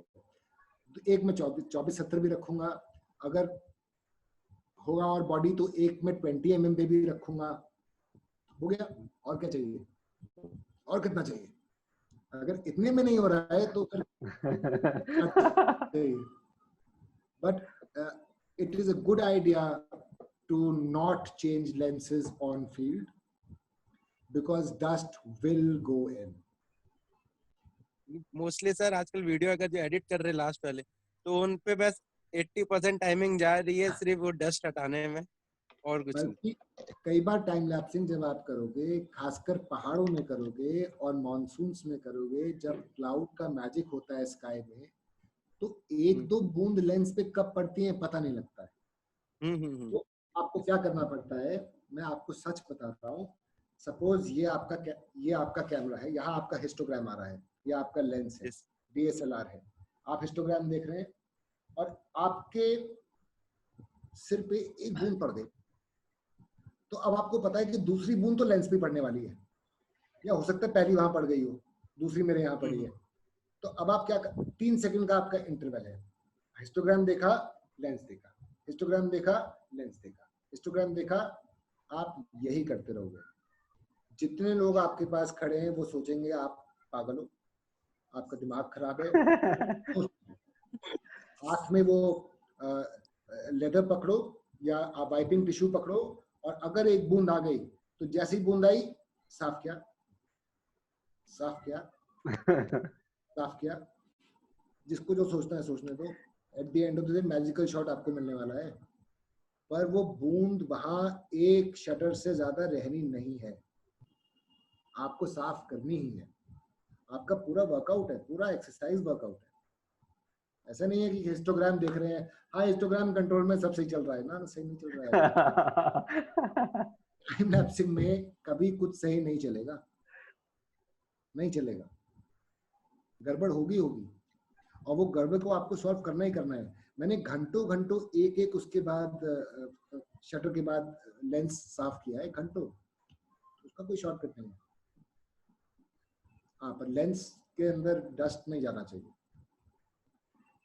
अगर हम हुड यूज करें तो मतलब लेंस पे, फिर अगर हुड यूज करेंगे ना, hood of course hood use करना अच्छा आइडिया है, पर 14 mm में हुड कैसे लगाओगे? इतने वाइड में हुड कितना लगाओगे? अब तुम्हें 14-24 में आता ही नहीं है सर, तो क्या हुड लगाओगे, कैसे लगाओगे? और जब हुड लगा भी होगा ना 24-70 में, तो बारिश ना यूं गिरने की बजाय ना पहले ओस आएगी और वो यूं घूमेगी और अंदर जाके देगी। लगा होगा ना, होगा तो वो टिश्यू पेपर से साफ भी नहीं होगा।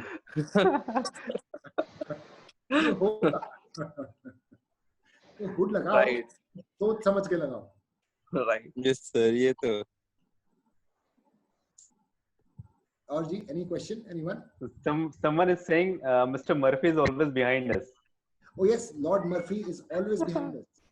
टाइम लैप्सिंग वालों के लिए तो लॉर्ड मर्फी है, उसके लिए स्पेशल पूजा करनी है, जो गड़बड़ नहीं हो सकती है वो होगा। सर एक क्वेश्चन है यहाँ पे, गीगापिक्सल पैनोरामास कैसे क्लिक करते हैं?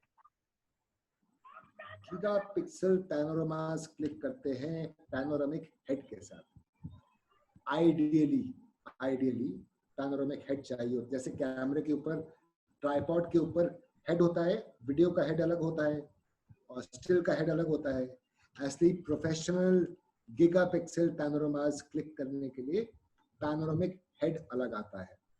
उस पे खींच के, उस पे अगर आपके पास 24 मेगापिक्सल कैमरा है और ये आपका फ्रेम है, तो आप ये फ्रेम नहीं खींचेंगे, जूम इन करेंगे और ऐसे खींचेंगे, एक एक एक एक एक एक एक एक एक इतने सारे फ्रेम्स खींच दिए 24 मेगापिक्सल कैमरा से और उनको कंबाइन कर दिया, हो गया गीगापिक्सल पैनोरामा। और ज्यादा बड़ा गीगापिक्सल करना है तो एक रो खींचो, 1 2 3 4 5 6 7 8, दूसरी रो खींचो 1 2 3 4 5 6 7 8, और बड़ा गीगापिक्सल हो गया। सर इसके लिए आइडियल फोकल लेंथ क्या होती है, कितनी फोकल लेंथ रखनी चाहिए? आइडियल फोकल लेंथ इसके लिए वो होती है जितना ज्यादा गीगापिक्सल आपको चाहिए। अगर आपको और डिटेलिंग करनी है तो आप और जूम इन कर लीजिए। आइडियल फोकल लेंथ राहुल ने पूछा। सो आइडियल फोकल लेंथ आपको कितना रेजोल्यूशन चाहिए, कितना बड़ा गीगापिक्सल चाहिए, उस पर डिपेंड करता है। अगर आपको बहुत ही बड़ा चाहिए ना गीगापिक्सल, तो 100 mm से खींचो, 400 mm से खींचो, 600 mm से खींचो, कोई नहीं रोक रहा है। डिपेंड करता है एंड प्रोडक्ट कितना बड़ा चाहिए। या राइट सर। पर अगर आपको फाइनल जो प्रिंट, अगर आप प्रिंट के लिए पैनोरामा कर रहे हो और फाइनल प्रिंट आपको चाहिए, लेटेस्ट से बहुत बड़ा भी किया तो 12 फुट, तो 12 फुट ही चाहिए ना, उससे ज्यादा तो नहीं चाहिए ना। तो 12 फुट 300 dpi से मल्टीप्लाई कर दो, पता लग गया कितने पिक्सल होने चाहिए, उतने पिक्सल खींच लो, है ना। सो योर फाइनल साइज कितना बड़ा चाह रहे हो, डिपेंडिंग ऑन दैट उतना खींचो, ज्यादा मत खींचो। ठीक म्यूजिक ढूंढ पाना टाइम लैप्सिंग के लिए बहुत ज्यादा इम्पोर्टेंट है, क्योंकि हमारे लिए म्यूजिक बैकग्राउंड स्कोर नहीं होता है, बैकग्राउंड म्यूजिक नहीं होता है। हम लोग जो टाइम लैप्स फोटोग्राफर्स होते हैं, हम लोग प्योर सिनेमा कर रहे हैं, हम लोग नरेशन पे डिपेंड नहीं करते हैं। हमारी फिल्मों में कोई वॉइस ओवर नहीं होता है, कोई कहानी नहीं बोल रहा होता कि एक दिन ऐसा हुआ, वहां एक राजा था और उसके बेटे नहीं। ना ही हम स्क्रीन पे टेक्स्ट लिखते हैं, once there was a king who was killed, so then you know what is going on, okay? हम लोग प्योर सिनेमा जो करते हैं वो केवल विजुअल्स के, हमें भाषा पसंद नहीं, हमें ट्रांसलेट करना ही नहीं, हमें शूट ही ऐसे करना है कि इर्रिस्पेक्टिव ऑफ द लैंग्वेज आप इसे दुनिया में कहीं दिखा दें, आपके ऑडियंस को मैसेज समझ में आना चाहिए। इसीलिए म्यूजिक हमारे लिए बहुत इंपॉर्टेंट होता है। म्यूजिक ही हमारा सूत्रधार है, म्यूजिक ही हमारा नरेटर है, म्यूजिक ही हमारा हीरो भी है। म्यूजिक हमारा बैकग्राउंड स्कोर नहीं है। म्यूजिक में तो टाइम लगेगा ही लगेगा। तो सर ये कहाँ से मतलब रिकॉर्ड करते हैं, या फिर कहाँ से अवेलेबल रहते हैं, या फिर एज हम लोग जो स्टार्टिंग कर रहे हैं कि अपने वीडियो से मतलब कौन से सॉन्ग, कोई ऐसी साइट है या फिर कोई जगह है जहाँ से म्यूजिक से इंस्पायर्ड तो हो गए, ढूंढो मत। बचपन से अब तक जितना म्यूजिक सुना है उसमें जिस म्यूजिक से इंस्पायर्ड हो उस म्यूजिक पे टाइम लैप्स एडिट कर दो, बेटर स्किल आएगी, क्योंकि ऑलरेडी इंस्पायर्ड हो ना, तो कुछ होगा। म्यूजिक कहाँ से का कोई सिंपल आंसर नहीं है। स्टॉक एजेंसीज पे जाओ, यहाँ जाओ, वहां जाओ, सुनते बैठो, सुनते रहो, जहां इंस्पिरेशन मिल जाए जिस म्यूजिक से उसे सेलेक्ट कर लो। मैं कह रहा हूँ ऑलरेडी म्यूजिक तो सबके अंदर होता है ना, म्यूजिक तो सबने कितने साल से कुछ ना कुछ तो इंस्पायर किया होगा। जिस सॉन्ग से आप सबसे ज्यादा इंस्पायर्ड हैं उसके आसपास देखिए, म्यूजिक आपको मिल जाएगा, वही मिलेगा। आपका जो एक वीडियो है डेजर्ट नेशनल पार्क वाला, हाँ, उसका एक्सपीरियंस अगर आप शेयर कर दें तो। डेजर्ट नेशनल जैसलमेर, हाँ, सो वो इंटरेस्टिंग स्टोरी अगेन। वो फिल्म करने को मिली तो मुझे बुला के फॉरेस्ट ऑफिशियल्स ने बोला कि एक बार आके रेकी कर लो। तो मैं रेकी करने गया, मैं पूरा देख के आया, मुझे वहाँ कुछ दिखाई नहीं। सो मैं एक्चुअली फिल्म बनवाना चाह रहे हैं फीचरलेस लैंडस्केप है, यहाँ होगा क्या? तो फिर मैं उनके पास गया, मैंने कहा अभी तक आपने जो कोई फिल्म दे रहा है आप मना नहीं करोगे ना कि मैं नहीं करूँगा, ऐसे थोड़ा होता है, करना तो पड़ेगा। तो मैंने उनको बोला कि आपके पास जो पुराना कुछ मटेरियल होगा अभी तक का, वो दिखाइए मुझे, मैं देख लूँ कि क्या है, रेफरेंस कितना है। वो बोले कि कुछ होता तो तेरे को फिल्म बनाने के लिए क्यों बुलाते। सो आई सेड मतलब कुछ है ही नहीं। बोले ना कुछ नहीं है। तो अरे कुछ तो होगा। तो बोले कुछ नहीं है। मैंने कहा तो फिर क्या करूं? तो बोले अब वही तो चैलेंज है।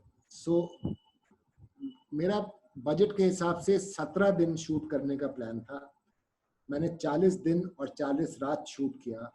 क्योंकि मैं डेजर्ट नेशनल पार्क में था, आई रियलाइज्ड कि यहाँ पे रात को लाइट पोल्यूशन बहुत कम है, और वेस्ट में पाकिस्तान की तरफ देखने लगो तो और कम है।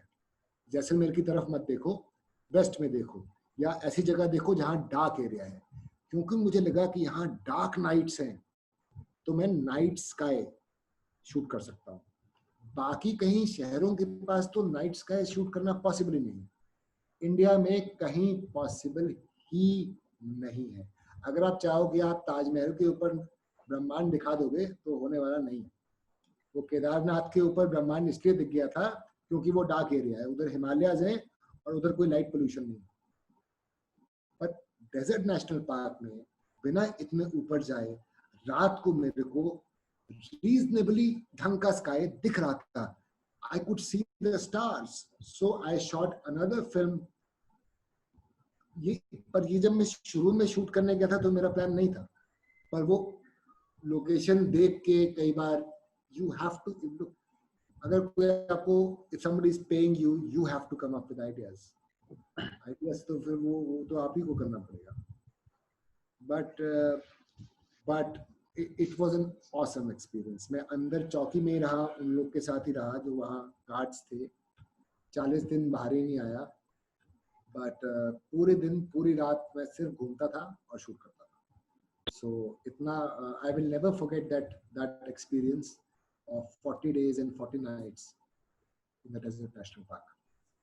सर तो एक बार क्या हुआ था कि मैं वीडियो शूटिंग नाइट्स का है, तो हमने 3 कैमरे लगाए थे ट्राइपॉड में।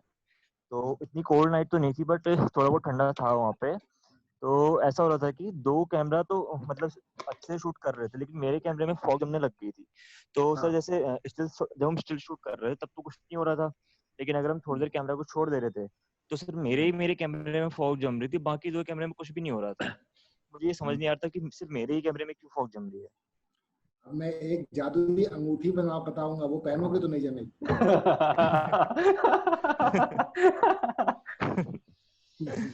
भाई तुम्हारा कैमरा ठंडे एनवायरनमेंट से गर्म एनवायरनमेंट में गया होगा। हाँ ये हुआ है सर, है ना। या पर अगर वैसे भी फॉग हमारा बहुत बड़ा प्रॉब्लम है, अगर फॉग इशू है तो एक्चुअली वो ऐसा वो एक बैंड्स भी है, जैसे रिस्ट बैंड होता है ना, वैसे बैंड्स भी रहते हैं जो कैमरे के आगे जो फ्रंट एलिमेंट होता है कैमरे का, जहाँ हुड होता है उसके पास आप उस बैंड को लगा देते हो। वो पावर्ड होता है 12 वोल्ट की बैटरी से, और वो हल्का सा करंट उसे देता रहता है कि आपके कैमरे का फ्रंट एलिमेंट ड्यू पॉइंट से गर्म रहे।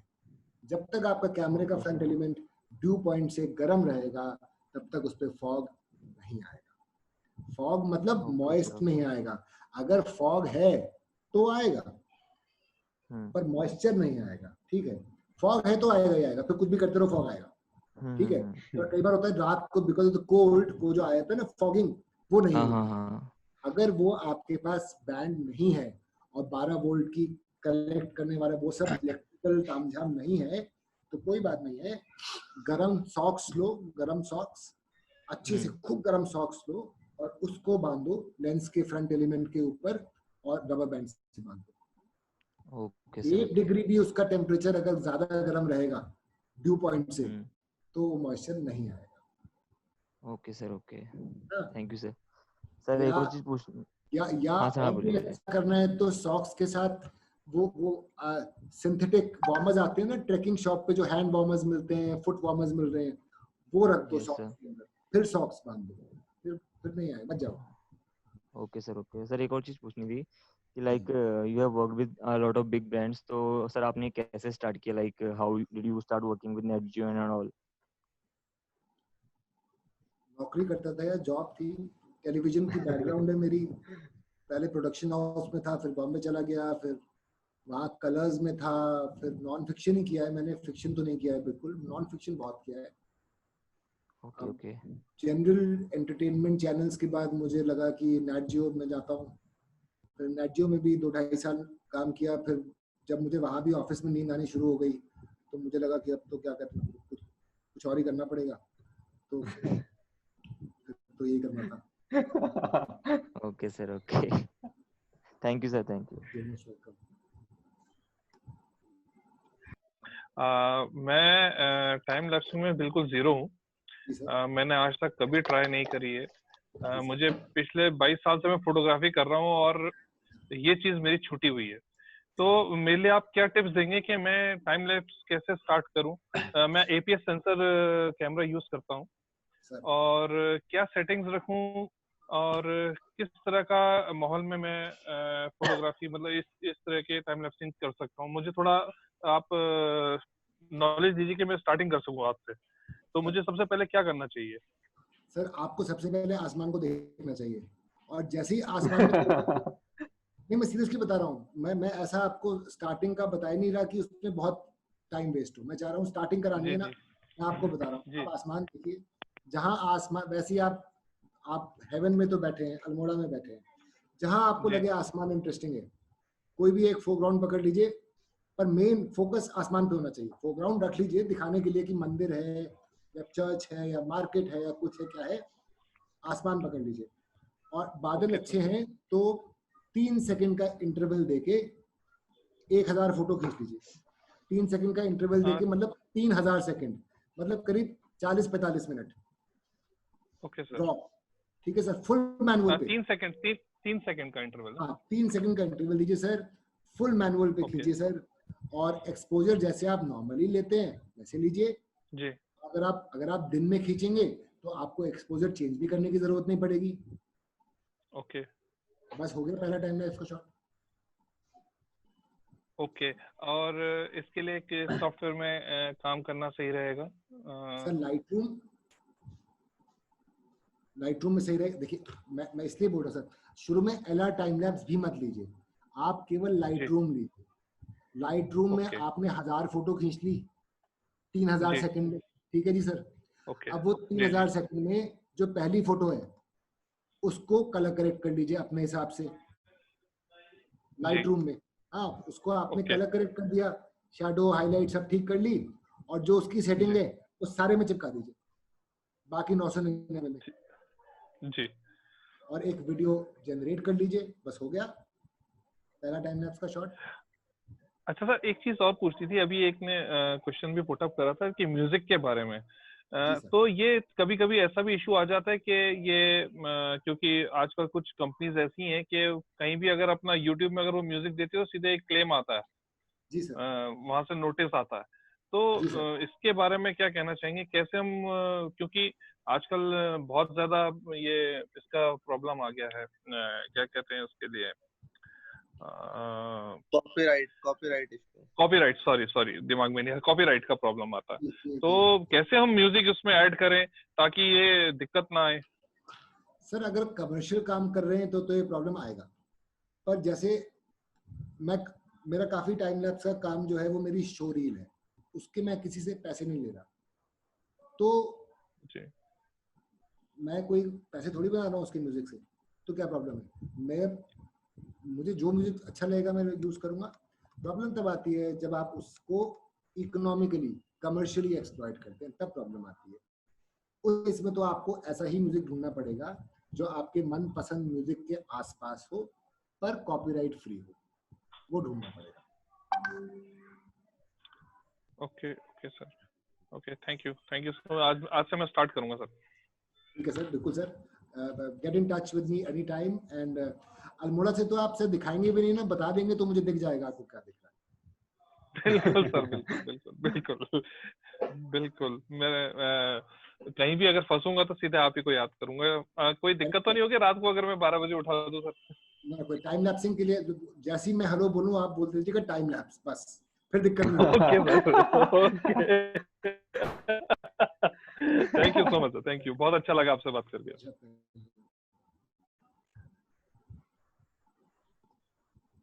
तो Anurag sir, thank you so much for joining today. काफी शानदार ये सेशन रहा और काफी इंटरैक्टिव भी, और मुझे लगता है कोई बोर नहीं हुए आपके सेशन से, और बहुत ही वंडरफुल था सेशन, अल्टीमेट सेशन, बहुत ही शानदार था। Thank you sir, thank you.